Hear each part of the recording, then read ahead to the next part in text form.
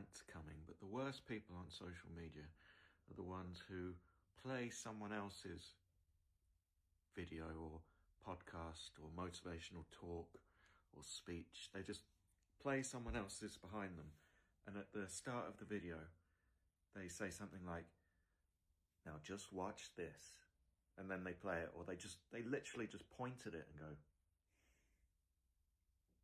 and then put a heading like, "Listen to these real words," or something like that.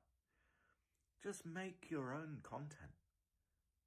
They get like 1 million likes just for pointing at someone else's hard work or intelligence and going, I hate them. I hate them. Make your own content, but you can't because you've got literally nothing to say. Winds me up.